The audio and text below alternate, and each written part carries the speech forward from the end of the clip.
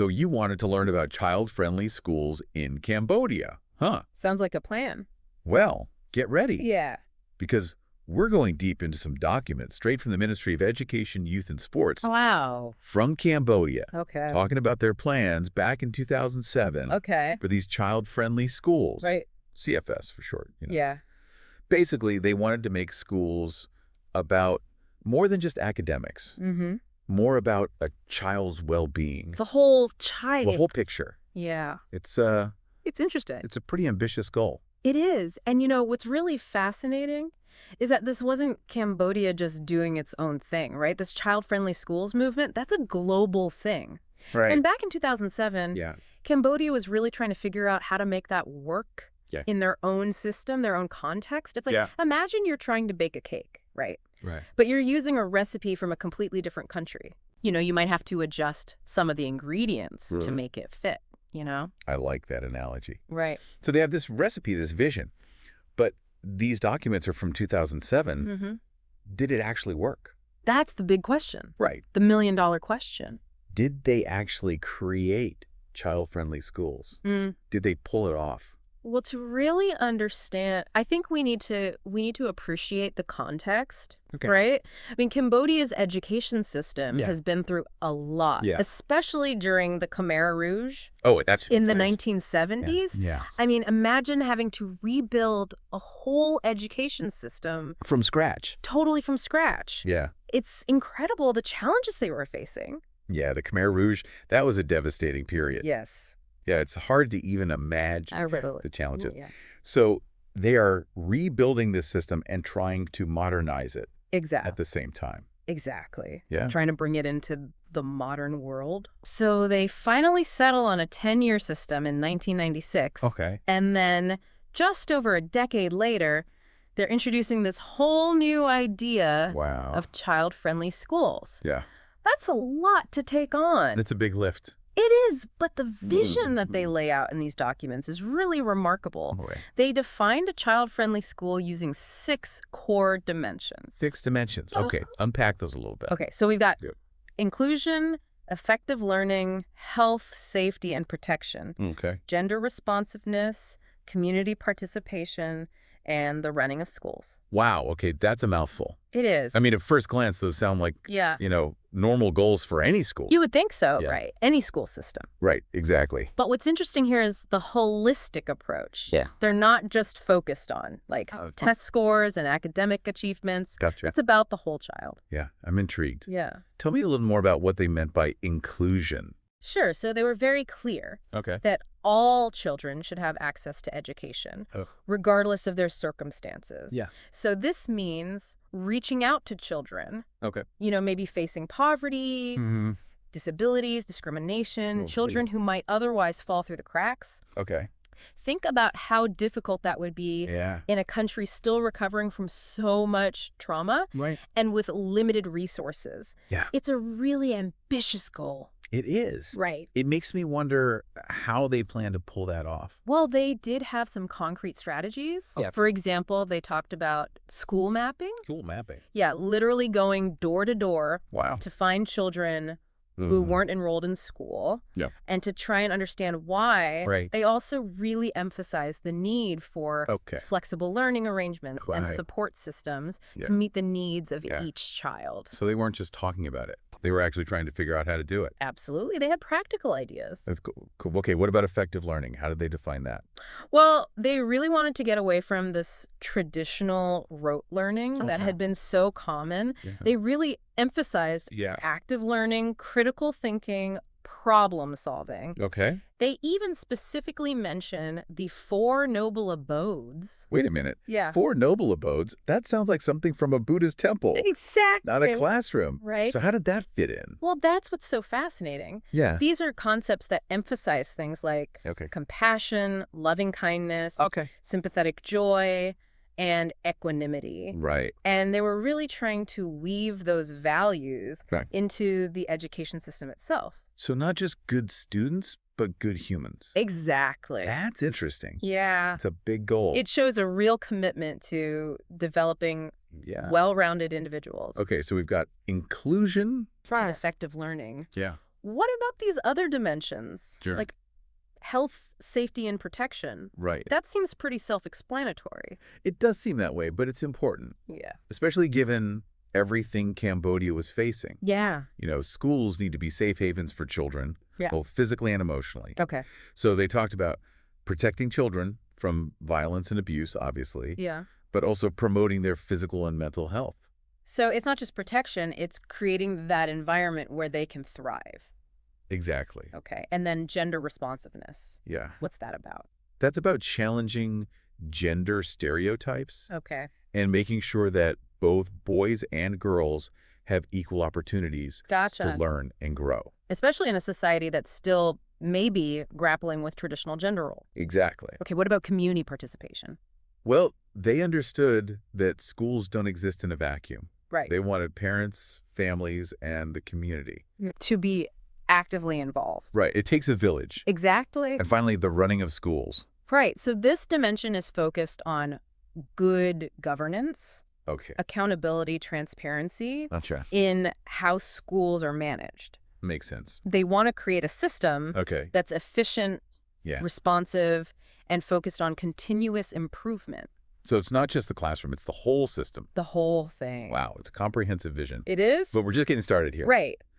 So they have this vision, but how do they plan to turn it into reality?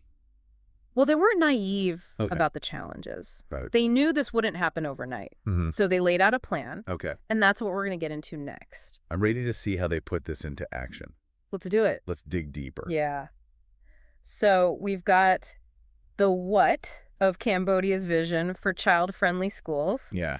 Now let's dig into the how they plan to make it all work. Right, because that sounds pretty challenging. Yeah, especially given everything else going on. Right. Recovering from the Khmer Rouge. Yeah. Facing resource constraints. Absolutely. It's one thing to have ideas, another to actually do it. Right. It's easy to talk the talk. Yeah, exactly. But walking the walk is a whole different story. So how did they plan to roll out this pretty ambitious program?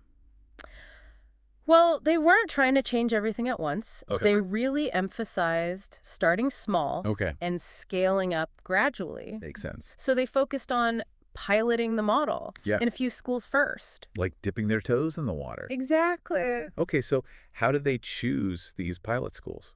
Well, they mention selecting schools in different locations, different geographical areas, with varying levels of resources. So they could really see how it worked in different contexts.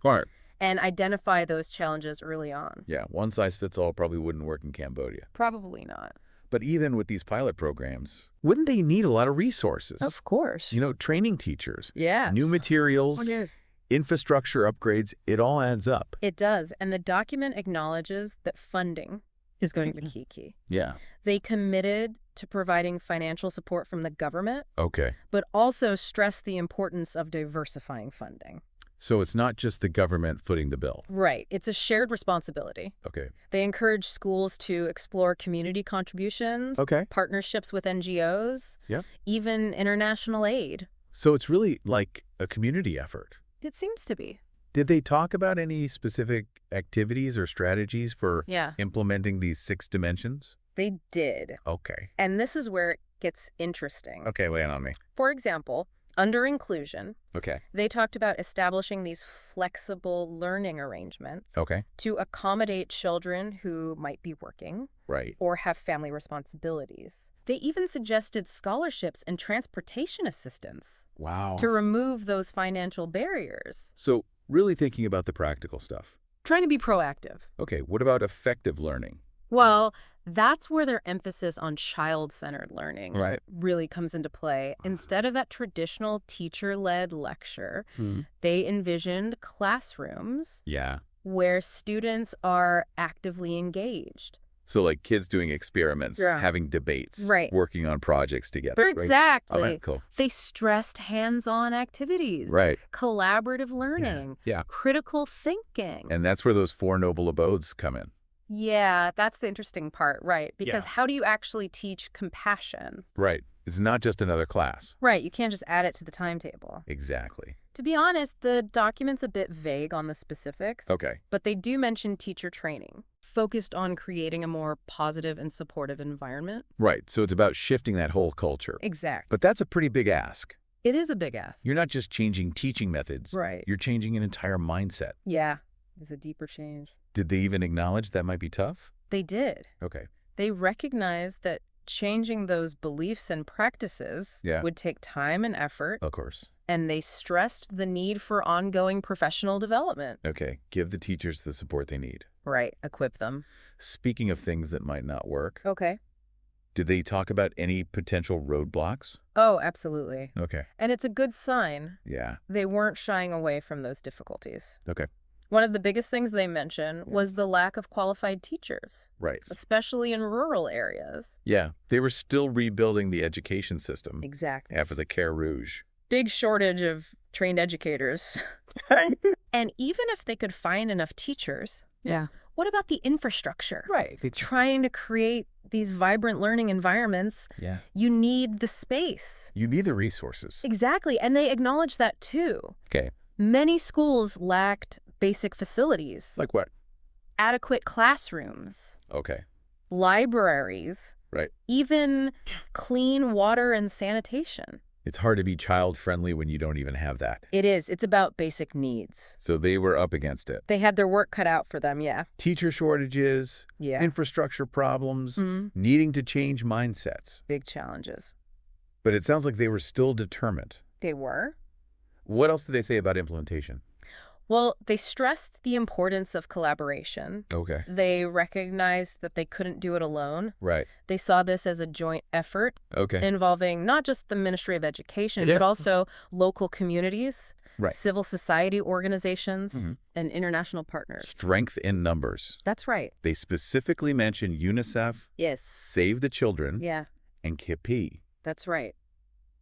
What were those organizations doing? Well, they were providing expertise, financial support, helping to connect Cambodia with best practices. So kind of sharing knowledge from other places? Exactly. And they also played a key role in monitoring and evaluation. Okay, so making sure it's actually working. Exactly. So we've got the plan. Right.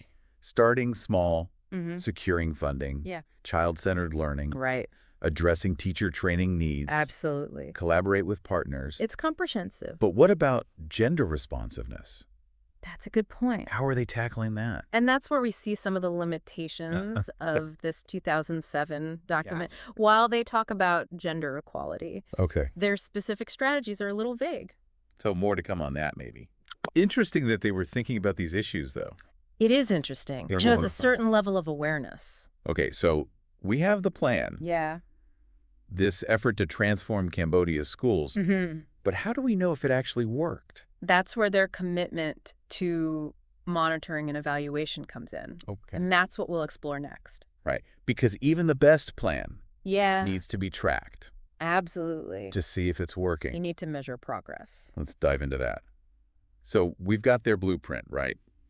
Cambodia's big plan for these child-friendly schools. Yeah, their vision, their strategies. They even knew it would be tough. They acknowledged those hurdles. They did. They were realistic about that. But blueprints are just the start. Exactly. Did they actually build the house? Did they actually make these schools? That's the question you should be asking. Yeah. Did it actually translate into change? Real change? And you know what? You're in a great spot to find out. Oh, really? We've given you the background, the context, the key players. Think of yourself as a detective. Armed with knowledge. Okay, so where should our listeners start? Where are the clues? Did Cambodia really make these child-friendly schools? Well, the first step is to go past this 2007 document. Okay. See what happened after. So, like, what? More recent reports? Exactly. Evaluations of the program, stuff like that. Okay. Organizations like UNICEF, UNESCO, even the World Bank. Okay. They often publish reports on education. You might find some good stuff in there. So, like, annual reports, program reviews, that kind of thing. Exactly. Those are the gold mines. Okay, and what should we be looking for in these reports? Keep your eyes peeled for data. Data, okay. Like school enrollment numbers, attendance rates, learning outcomes. Have those things improved since they started this program? So, comparing before and after, basically. Well, did the CFS program make a difference. Gotcha. But data doesn't tell the whole story, right? You got it. It's crucial, but it's also about understanding the human impact. Okay, the people? Exactly. Get those stories from the front lines. So like teachers, students, parents. Exactly. From their experiences. Things get better for them. So I might find blog posts from teachers. Maybe. Or news articles about specific schools. Could be. Maybe even interviews with students. All of that. Okay. Wow. I'm already thinking about how I would do this research. Wait, it's a mystery. It is. It really is. I want to know how it ends. Any other tips for our detective listeners? Remember, policy implementation, it's rarely smooth sailing. Okay. There will be bumps in the road, successes, setbacks, surprises. Be open to all that. Okay, so be open to the complexities, the nuances. Exactly. Don't be afraid to question what you find. That's important. Maybe some parts worked great, others didn't. Right, or maybe they had to adjust things as they went. You know, really dig in. Be critical. Think for yourself. Yeah, draw your own conclusions. It's interesting though, right? Cambodia trying to adapt this global idea. What can the world learn from them? That's a great point. What worked for them, what didn't? Yeah. What can other countries learn? Exactly. It's a global conversation. It is. And that brings us to the big takeaway. Yeah. This isn't just an academic thing. No. This is about real kids, real teachers. And our community. Trying to build a better future. Exactly. Their experiences, their challenges, their successes, they all matter. They do. They have lessons for all of us. For everyone. No matter where we are. That's right. So dive in. Explore. Question. Share what you discover. Because the more we know about what works and what doesn't, the better we can make education for everyone. I love that's a great place to end. We gave you the map.